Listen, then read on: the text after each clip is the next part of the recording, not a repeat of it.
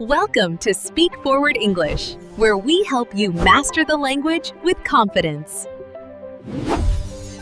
Hey, Jerry, how's it going? Hey, Sophia. I'm doing great, thanks. How about you? Pretty good, pretty good. So, I thought today we could talk about something super practical. How to actually talk about family in English, like all those words and phrases people use every day. Oh, yeah, that's a good one. I mean, family comes up in conversation all the time, right? Whether you're making small talk or getting to know someone. Exactly. So, let's start with the basics. The most common way people talk about family is using what we call immediate family. That's like your closest relatives, your parents, siblings, that kind of thing. Right, right. So, for example, if someone asks me, do you have any siblings? I might say, yeah, I have one brother and two sisters. Simple as that. Perfect example. And what if you wanted to be more specific about age? Like, how would you describe that? Good question. So you could say, I have an older brother or I have a younger sister. Oh, and some people say big brother or little sister too, which is pretty casual and, kind of affectionate. Yeah, I love that. And here's something interesting. When you're talking about just one sibling, you say an only child if you don't have any siblings at all. Like, I'm an only child, so it was just me growing up. Oh, that's useful. What about when you're talking about your parents? I mean, there are different ways to refer to them, right? Definitely. So the formal way is mother and father, but most people say mom and dad in everyday conversation.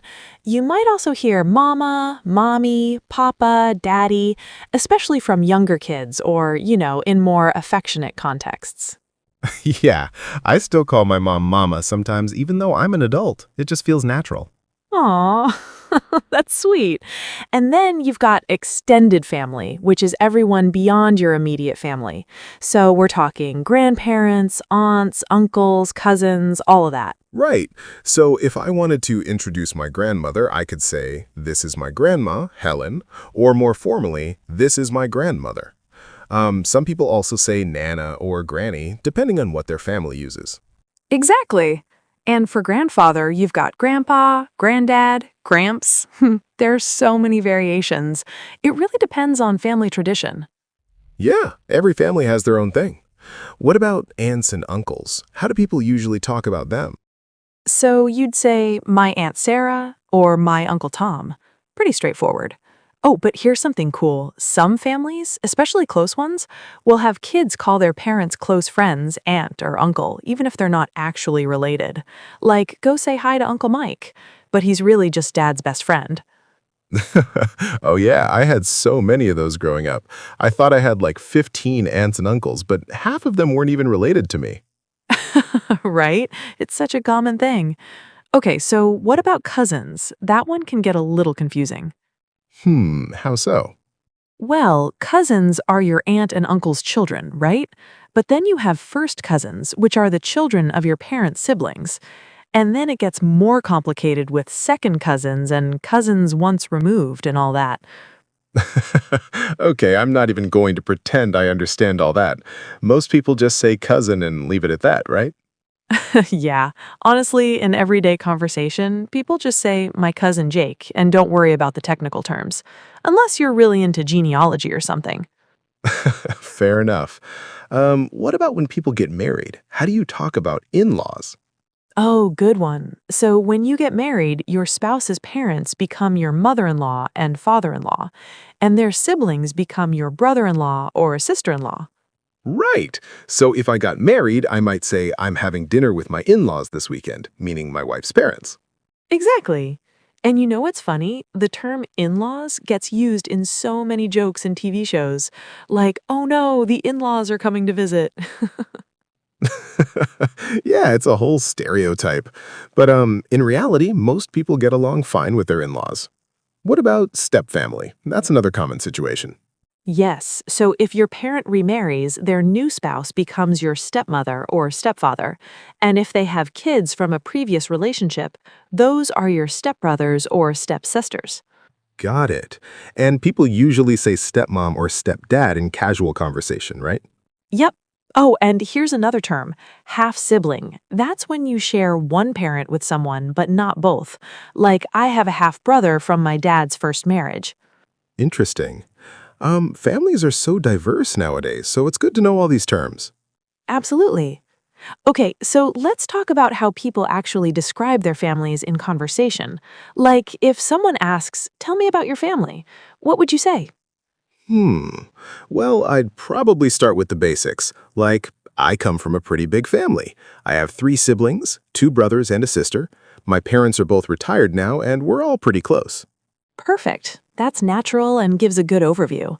You could also mention what people do, like, my older brother is a teacher and my sister works in marketing. Right, right. Or their personalities, like, my mom is super outgoing and friendly, while my dad is more quiet and reserved. Yeah, people love hearing about personalities.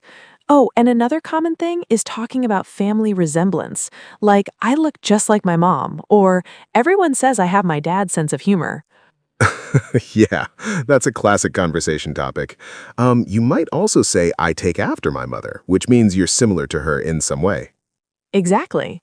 Or I'm the spitting image of my grandmother, which means you look exactly like her. That's kind of an old-fashioned phrase, but people still use it. I like that one. What about when you're talking about family dynamics, like how close you are or how often you see each other? Good question. So you might say, we're a really tight-knit family, which means you're very close. Or we get together every Sunday for dinner. Nice. Or on the flip side, we're not super close, or we live far apart, so I only see them on holidays. Yeah, and that's totally normal. Not every family is the same. You might also talk about family traditions, like every Thanksgiving we go around the table and say what we're grateful for. Aw, that's sweet. Or my family has this tradition where we always watch a movie together on Christmas Eve. I love that. Family traditions are such a great conversation topic because everyone has something unique. Definitely.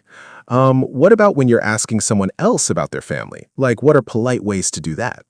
Great point. So you'd start with something casual like, do you have any siblings? Or are you close with your family? Then you don't want to get too personal right away, especially with someone you don't know well. Right. And if they seem open to talking about it, you can ask follow-up questions like, oh, what do your parents do? Or do you guys live near each other? Exactly. But you also want to be sensitive because, not everyone has an easy relationship with their family. So if someone gives a short answer or seems uncomfortable, just move on to another topic. Yeah, that's important. You never know what someone's situation is. Right. Oh, and here's another useful phrase. When you're introducing family members to someone, you might say, I'd like you to meet my sister Amy, or just, this is my dad. And if you're the one being introduced, you'd say, nice to meet you. Or, it's a pleasure to meet you if you want to be more formal. Yeah, although most people keep it casual with nice to meet you. What about pet names or nicknames within families? That's pretty common, right? Oh, definitely. Like, my family calls my grandmother Mimi instead of Grandma, and my uncle goes by TJ even though his real name is Thomas Joseph.